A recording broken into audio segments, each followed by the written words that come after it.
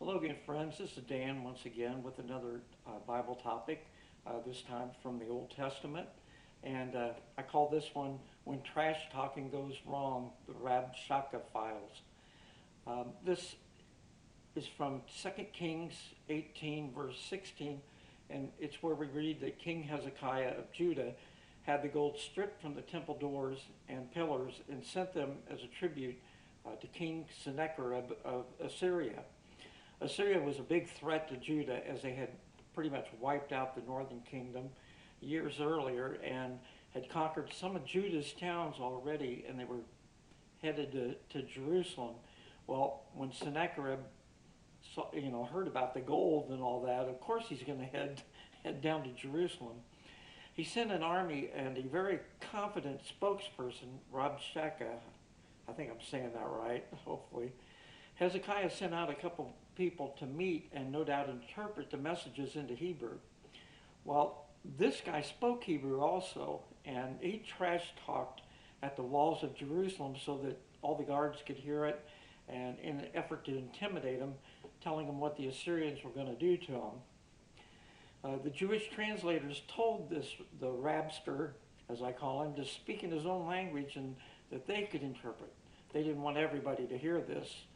But the Rab man wouldn't comply and proceeded to trash talk like an NBA player would. He boasted that other countries' gods couldn't stop their army, and the Assyrians were so great that their God wouldn't fare any better. But he didn't know who he was messing with. Rabshakeh even boasted that he would handicap his army by giving Hezekiah 2,000 horses to use in battle against the Assyrian army if he could supply that many riders.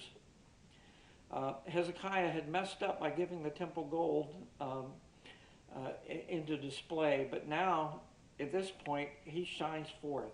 He rises to the top. He did what we sometimes forget to do in everyday life when we're faced with a crisis. He took Rabshakeh's threatening words and laid it out in a letter and laid it out before the Lord and prayed about it. God answered and said that because Hezekiah humbled himself and prayed, the Assyrian army would not set foot into Jerusalem. And God sent an angel, and that angel killed 185,000 Assyrians in one night. And the city and all Judah was spared. Not sure if there were more in that army than 185,000, but we do know that 185,000 of them were killed.